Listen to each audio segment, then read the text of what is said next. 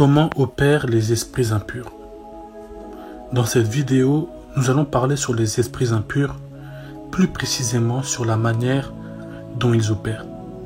Le but, ce n'est pas de faire leur promotion ou leur publicité, mais le but, c'est de te donner de la connaissance et t'armer face à des forces qui agissent chaque jour. On dit souvent que l'on gagne face à un adversaire lorsque nous savons déjà comment il combat. Et après savoir comment il combat, nous saurons comment attaquer. Certaines choses que je dirais, il se peut que tu les découvres aujourd'hui.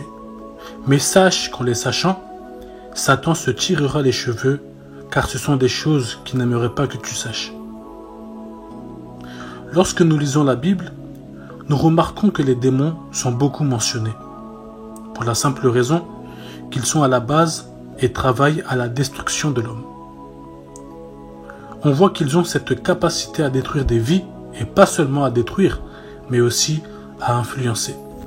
Dans Marc chapitre 9, le verset 38, Jean lui dit: « Maître, nous avons vu un homme qui chasse des démons en ton nom, et nous l'en avons empêché, parce qu'il ne nous suit pas. » Là, nous voyons qu'il y a un combat contre les démons.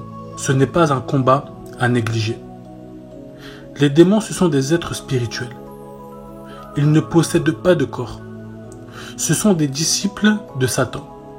On les appelle aussi les anges déchus, c'est-à-dire des anges ayant perdu leur place céleste car ils ont accompagné le diable dans sa rébellion. On les appelle aussi esprits méchants ou esprits impurs. Ce qu'il faut retenir concernant les démons, c'est que malgré qu'ils soient sans corps, ils sont errants, c'est-à-dire qu'ils n'ont pas de lieu d'habitation. Mais l'endroit où ils se sentent à l'aise, l'endroit qu'ils aiment le plus, c'est dans un corps. Voilà pourquoi ils aiment posséder des gens et refusent de partir. Vous allez remarquer que pendant une délivrance, l'esprit impur refuse de partir et souvent, il prend du temps à partir pour la simple raison qu'il se sent bien à l'intérieur. Dans Matthieu chapitre 12, le verset 43 à 44, on nous dit: « Lorsque l'esprit impur est sorti d'un homme, il va dans des lieux arides cherchant du repos, et il n'en trouve point. Alors il dit: Je retournerai dans ma maison d'où je suis sorti. Et quand il arrive, il la trouve vide, balayée et ornée. » Ce qui est étonnant, c'est que l'esprit impur parle du corps dont il est sorti comme étant sa maison. Il dit « ma maison », donc pour l'esprit, le corps qu'il possédait était sa propriété. Voilà pourquoi une personne possédée n'est plus elle-même, car elle est dirigée par un esprit impur qui a fait de ce corps une propriété.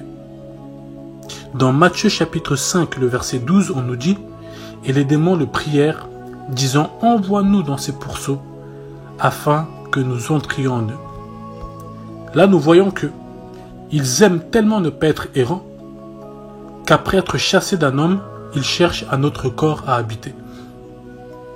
Les démons, lorsqu'ils habitent un corps, ce n'est pas seulement pour y habiter. Ils peuvent être à la base du trouble du comportement de la personne. Lorsqu'une personne est possédée, elle sera différente de si elle n'est pas possédée. Pour la simple raison que l'esprit impur lui fera faire certaines choses. L'esprit impur l'amènera à avoir un autre style de vie, un langage différent. Il y a des personnes qui, depuis qu'un esprit les a possédés, ils deviennent sales. La saleté ne les dérange plus. D'autres sont devenus agressives. Un esprit qui est à la base du trouble du comportement de la personne aura toujours comme but la destruction. Dans Marc chapitre 5, le verset 2 à 5, on nous dit: « Aussitôt que Jésus fut hors de la barque, il vint au-devant de lui un homme, sortant des sépulcres, et possédé d'un esprit impur. Cet homme avait sa demeure dans les sépulcres, et personne ne pouvait plus le lier, même avec une chaîne, car souvent, il avait eu les fers aux pieds, et avait été lié de chaînes, mais il avait rompu les chaînes et brisé les fers, et personne n'avait la force de le dompter. Il était sans cesse, nuit et jour, dans les sépulcres et sur les montagnes, criant et se meurtrissant avec des pierres. » Là, nous voyons un homme possédé d'un esprit impur. Comment était son style de vie en étant possédé par un esprit impur? Il vivait dans les sépulcres, c'est-à-dire là où il y avait des tombeaux. Il se coupait avec des pierres, trouble du comportement, mais influencé par un esprit impur qui le possède.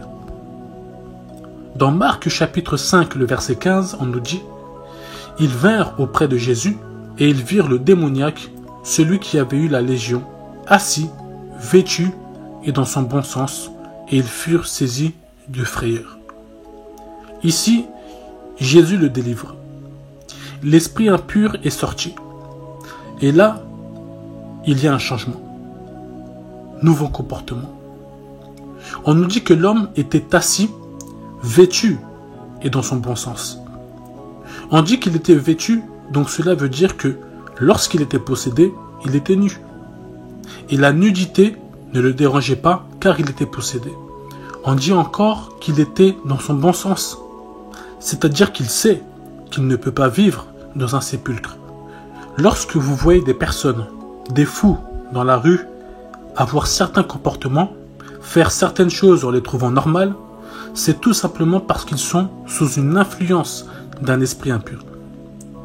Le jour où le Seigneur va les délivrer, eux-mêmes ne comprendront pas comment ils ont vécu comme ça. Les démons peuvent être aussi à la base de certaines maladies physiques. Comment savoir qu'une maladie est spirituelle? C'est lorsque les faits sont réels et visibles. Mais lorsque vous allez chez le médecin, ils disent que nous ne voyons rien. D'après nos résultats, tout va bien. C'est tout simplement parce que le problème est spirituel. Il faut régler le problème spirituellement et la maladie partira. Dans Luc chapitre 13, le verset 11, on nous dit « Et voici, il y avait là une femme possédée d'un esprit qui la rendait infirme depuis 18 ans. Elle était courbée et ne pouvait pas du tout se redresser. » Là, on nous dit bien que le fait qu'elle était paralysée depuis 18 ans, c'était à cause de l'esprit qui la possédait. À ce niveau, lorsque tu sais que le problème est spirituel, aller chez le médecin ne sert à rien car ils ne verront rien. Le moyen efficace est de chasser cet esprit qui est à la base de cette paralysie. Juste par une délivrance de cette femme, la paralysie partira car l'esprit a été chassé. Ce qu'il faut savoir, c'est qu'une personne peut être possédée par un ou plusieurs démons. C'est vrai que une personne possédée par plusieurs démons, les conséquences seront davantage plus graves. Voici un exemple. Une femme est possédée par 4 esprits impurs.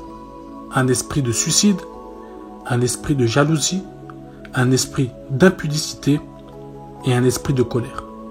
Ce qui fait qu'elle est une personne qui a des tendances suicidaires lorsqu'un homme veut la quitter, car elle se met toujours en colère et a des jalousies très déplacées.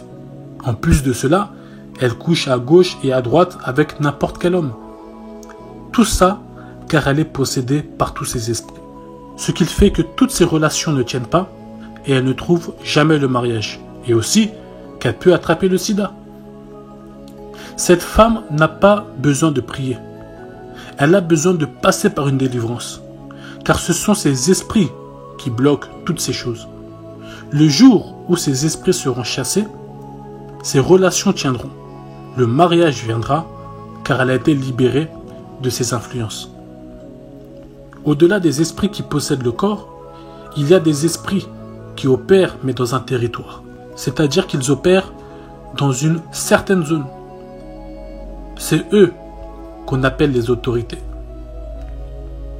Dans Éphésiens chapitre 6, le verset 12, on nous dit « Car nous n'avons pas à lutter contre la chair et le sang, mais contre les dominations, contre les autorités, contre les princes de ce monde des ténèbres, contre les esprits méchants dans les lieux célestes. » Là, nous voyons que parmi les esprits impurs, il y a aussi des grades, comme pour les anges de Dieu. Parmi les anges de Dieu, nous avons les anges, les archanges, les séraphins, les chérubins. Et parmi les esprits impurs, nous avons les esprits impurs, les dominations, les autorités, etc. Il y a des esprits qui opèrent sur un pays. Ils sont à la base d'une influence générale que nous voyons dans un pays. Il y a des pays, par exemple, très racistes. Ce n'est pas que sur une seule personne, mais c'est répandu dans tout le pays. Et c'est un esprit qui y travaille. Son champ d'action, c'est le pays.